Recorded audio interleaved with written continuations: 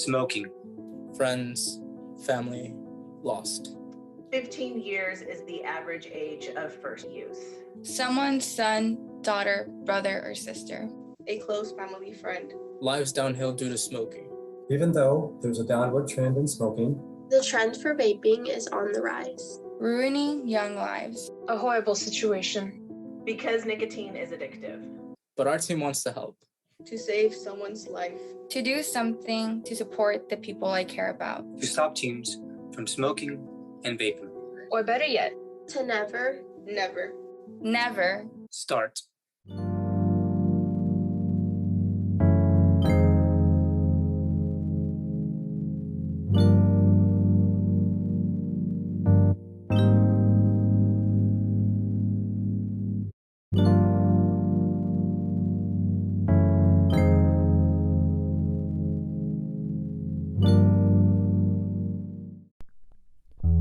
Each day, about 1,600 youth smoke their first cigarette in the United States, and 200 youth start smoking every day.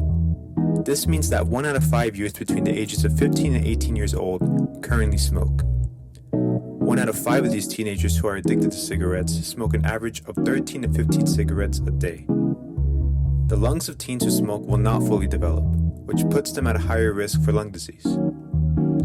Now focusing on vaping, which is just as bad. 2 out of 5 teens currently vape. This is an issue because vaping is harmful for the developing brain. Some of the brain changes vaping causes are permanent and can affect your mood and ability to control your impulses as an adult. The vaping industry says that vaping is not harmful, but this is not true. That's a marketing strategy. Vaping products contain nicotine. Nicotine is a dangerous and highly addictive chemical that is found in all tobacco products, including e-cigarettes.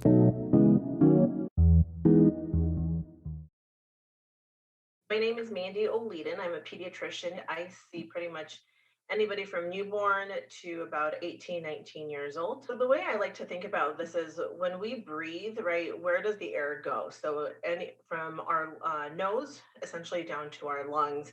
And so when we smoke, be it vaping or cigarettes or whatever other products, that air, that smoke that we breathe can essentially affect anything from there. So our nose, loss of smell, our mouth, oral cancer, our throat, chronic laryngitis, cilia, damage and paralysis. Are we having fun yet? Our bronchi, difficulty breathing, develop emphysema.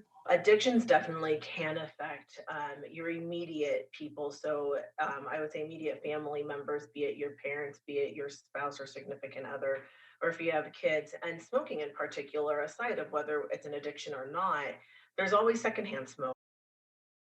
Can you just give us a quick name and introduction, please? My name's Bob Wenham, and I'm a retired healthcare worker of nearly 50 years. As a person, a child of 2 parents who passed away of smoking. My mom died of lung cancer. My dad died of leukemia. I had a vested interest, obviously. I didn't want to be in my house. I stayed away from my house. Of course, I was in school. I was in sports. I had a job, girlfriend. I used every excuse in the book to not be in my house because I couldn't stand that smell, that stale smell of smoking. I had asthma for a while when I was an older teen and adult. So I had effects of the smoking until I outgrew it with age. My mother smoked when we moved to Arizona, and it was basically a daily habit, my mom and my dad both. And basically my mother died from lung cancer. She was diagnosed in October, and she had passed away 6 months later in April. She was only 80 pounds at that time. She lost so much weight. She wasted away. That memory sticks in my mind forever. My mom died so young when I was only 19. She never got to see me get married or the birth of my 3 kids. She missed all that because she smoked. She was addicted to cigarettes. Nicotine basically got her addicted, and it wouldn't let go. I did not think I'd ever have to deal with this again with my father. I lost my father when I was 30 years old. He had lymphocytic leukemia, which is typically a result of smokers. It's one of the number 1 causes of leukemia. I never thought I'd lose my father. He was hospitalized at St. Joseph's Hospital, where he passed away.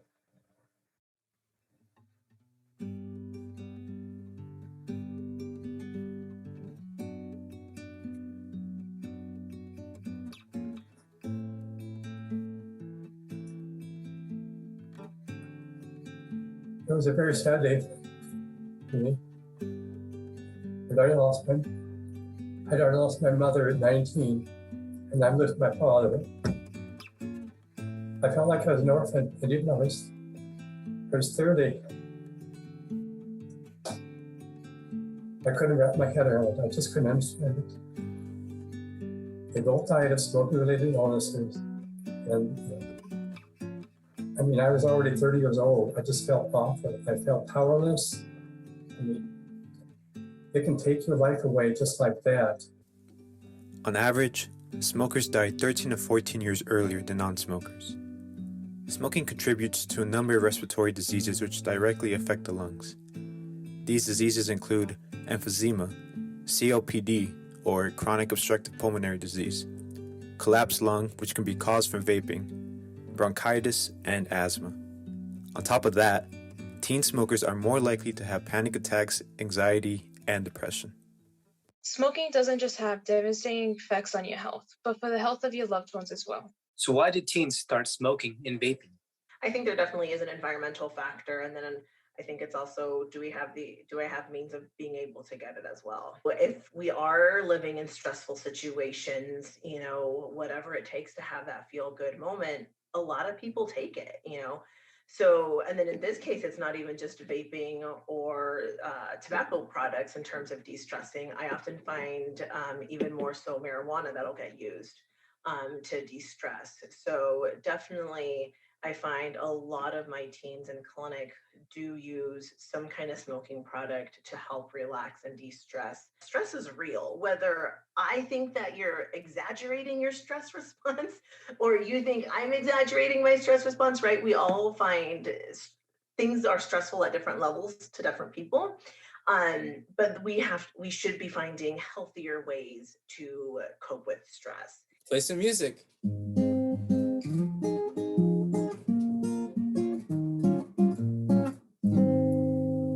Or do some art.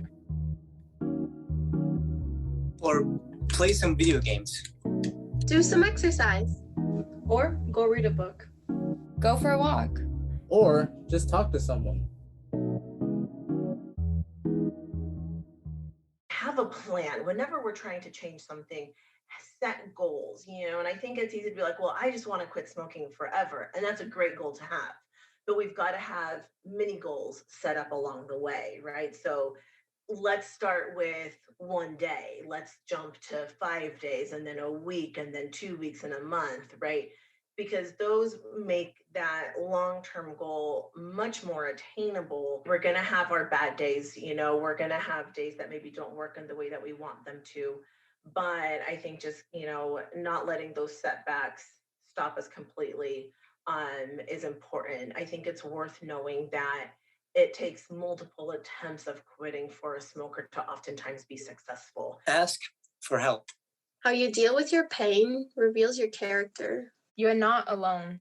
It takes a dedicated and ambitious group of individuals to accomplish a long-term goal. To me, the world seems big when looking at it from above. But when it comes to people I know, I see, and meet, the world is quite small. I can drive past the streets at the same exact time and see the same faces day after day, not knowing their story, their reason for being where they are, and much less their names.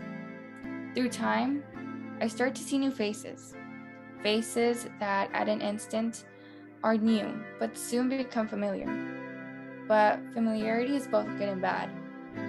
The ages of people seem to range, and nothing breaks my heart more than knowing that these people who are loved, who are someone's son, daughter, mother, father, brother, or sister, are consumed by toxic substances. There have been times where I look into their eyes, and the silence and the glare hold a tremendous amount of bottled up emotions. At the moment, I can only do so little but smile in hopes of lightening up their day, letting them know that it will be okay. But the truth is, they need help. Sometimes they will not realize it because of how far down the line they have gone. But they need to know that there is always someone who they can reach out to.